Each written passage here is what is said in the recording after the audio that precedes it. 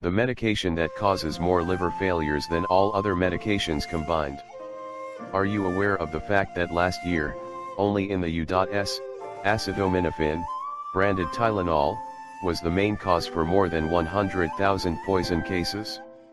Tylenol was considered as the main cause for 56,000 visits to the emergency room annually and for 450 deaths each liver caused by liver failure. Most people do not know, but acetaminophen can cause more liver failures than all other medications.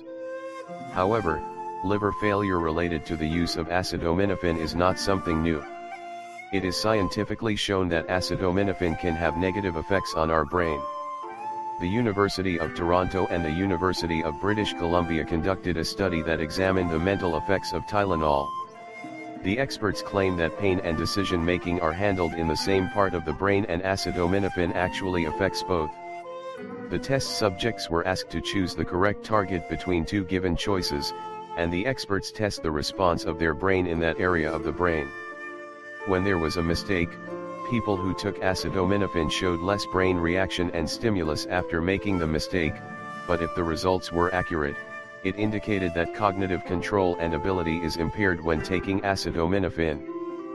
Pregnant women should be extremely careful with the medications they take and all the side effects that can happen.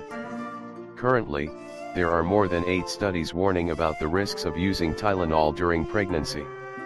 The studies claim that if pregnant women use acetaminophen during pregnancy, it could lead to a long-term neurological damage to infants. Keep in mind that the major manufacturer of acetaminophen, Tylenol, in the U.S. claims that there are no tests done to evaluate the safety of Tylenol in infants and its effects on their brain function. There needs to be done further tests and research so you will be able to understand the potential damage of acetaminophen on brain activity. However, considering the fact that this medication has a well-known history of causing liver damage, we should all be very careful about using this remedy because it can cause more damage than destroying our liver.